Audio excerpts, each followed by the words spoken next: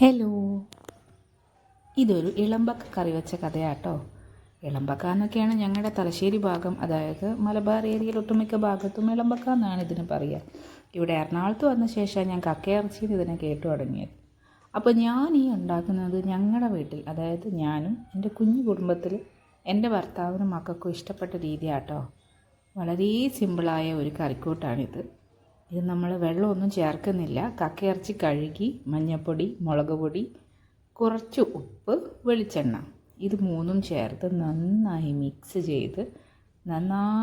ചെയ്ത ശേഷം ജസ്റ്റ് ഒന്ന് ഗ്യാസ് ഓൺ ചെയ്ത് പാൻ വെച്ച് അതിലേക്ക് ചൂടായി വരുമ്പോൾ, അത്യാവശ്യം നല്ല ചൂടായി വരുന്ന സമയത്ത് എണ്ണ ഒഴിച്ച് ഈ നമ്മൾ മിക്സ് ചെയ്ത് വെച്ച ഈ കക്ക അതിലേക്ക് ഒഴിച്ച്, വെളിച്ചെണ്ണ ഒഴിക്കണത് ഞാൻ പറഞ്ഞുപോയി.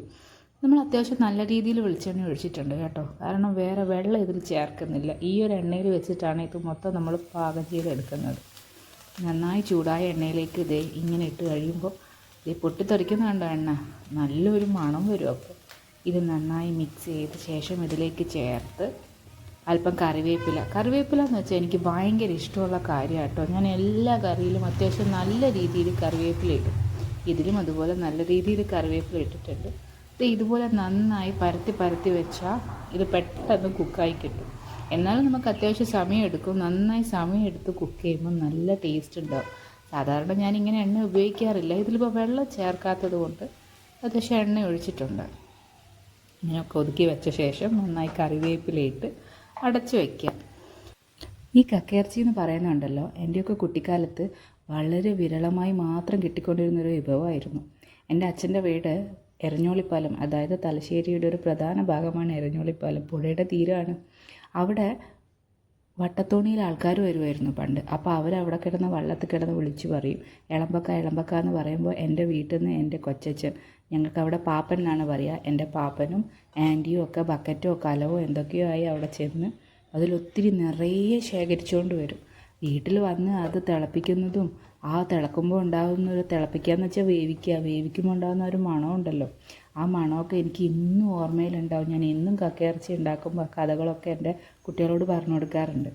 അപ്പോൾ ആ ഒരു മണവും തിരിച്ച് ഇതിൻ്റെ തൊണ്ട് ഞങ്ങൾ തിരിച്ച് ആ വട്ടത്തോണിക്കാർക്ക് കൊടുക്കും. അവരത് തിരിച്ചു കൊണ്ടുപോകും. അപ്പം അതിന് ശേഷം എൻ്റെ അച്ഛമ്മ ഇപ്പോൾ ഇല്ല, എൻ്റെ അച്ഛമ്മയും മൂത്തമ്മയും ഒക്കെ ഉള്ള ഒരു ഓർമ്മ എനിക്ക്. ആ സമയത്ത് ഇത് വേവിച്ച് ഇതിൻ്റെ തൊണ്ട് കളഞ്ഞ് ഇതിൻ്റെ കറുത്ത ഭാഗത്തുള്ള അവശിഷ്ടങ്ങളൊക്കെ കളഞ്ഞ ശേഷം ഇത് തേങ്ങയും സവാളയും മുളകും ഒക്കെ ഇട്ട് നന്നായി ഞെരണ്ടിയിട്ട് ഒരു പാകം ചെയ്യലുണ്ട്. എൻ്റെ ദൈവമേ, ഇന്നും അത് ഓർമ്മിക്കുമ്പോൾ എനിക്ക് ഭയങ്കര കൊതി. ആ വീടെന്ന് പറഞ്ഞാൽ ഒരു നാടൻ വീടായിരുന്നു. ഇപ്പോഴും ആ വീട് അവിടെ ഉണ്ട്. പക്ഷേ അച്ഛമ്മയും മൂത്തമ്മയും ഒക്കെ ഉള്ള കാലത്തുള്ള ആ ഒരു ഓർമ്മകൾക്ക് എന്നും എന്തൊരു മധുരമെന്നറിയും. അന്നത്തെ ആ ഇളമ്പക്കയുടെ ടേസ്റ്റൊന്നും ഇപ്പം നമ്മളെ ഈ ഇളമ്പക്ക കിട്ടാനില്ല. പണ്ടതൊക്കെ അതൊരു സീസണായിട്ട് കിട്ടുന്ന സാധനമായിട്ടാണ് ഞങ്ങൾക്ക് അവിടെയൊക്കെ പറഞ്ഞുകൊണ്ടിരുന്നത്. ഇപ്പോഴും എൻ്റെ അമ്മ ഇവിടെ വന്നാൽ ഭയങ്കര ഇഷ്ടമാണ് കക്കയിറച്ചി വാങ്ങി അവിടുത്തെ അതേ രീതിയിൽ എൻ്റെ അമ്മ ഉണ്ടാക്കും. പക്ഷേ ഇതിപ്പോൾ അതൊന്നും അല്ല കേട്ടോ. ഇതിപ്പോൾ ഇച്ചിരി എളുപ്പ പാചകമായിട്ടാണ് ഞാൻ ചെയ്തേക്കണേ. ഇവിടെ എല്ലാവർക്കും ഇച്ചിരി ഫ്രൈ ആയിട്ട് കിട്ടിയാൽ മാത്രമേ ഇത് ഇഷ്ടമാവുള്ളൂ.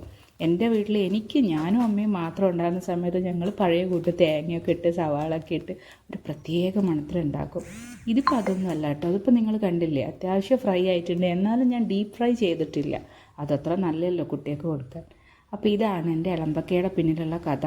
അന്നത്തെ ആ ഇളമ്പക്കയോടൊപ്പം അച്ഛമ്മയുടെ ചെറിയ ചെറിയ വർത്താനവും അച്ഛമ്മയുടെ ആ ഒരു തല്ലുപിടുത്തവും ഒക്കെ എനിക്ക് ഭയങ്കര ഇഷ്ടമാണ്. അതിപ്പോഴും ഓർക്കുമ്പോൾ എനിക്ക് ഭയങ്കര നഷ്ടബോധം തോന്നും. അവരൊക്കെ ഉള്ള കാലത്ത് നമ്മൾ അവരുടെ വില അറിഞ്ഞില്ല.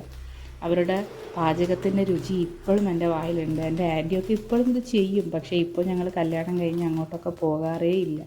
എന്നാലും ഇതൊക്കെ വെക്കുമ്പോൾ എൻ്റെ മനസ്സിലൂടെ ആ കഥകളൊക്കെ പോവും. ആ വള്ളത്തോണിക്കാർ വരുന്നതും ആ ബക്കറ്റിൽ ആൻറ്റിയും പാപ്പനും അത് എടുത്തുകൊണ്ട് വരുന്നതും. ഒരു സന്ധ്യ നേരത്താണ് ഇത് വരിക. അപ്പോൾ ആ സന്ധ്യ നേരത്തുള്ള ആ ഒരു ഓളം ഭയങ്കരമാണ്. വീട്ടിൽ വന്ന് നമ്മൾ പുറത്ത് അടുപ്പിൽ വെച്ചിട്ട് വലിയ കലത്തിലൊക്കെ ഇത് പാകം ചെയ്തുകൊണ്ടിരുന്നത്.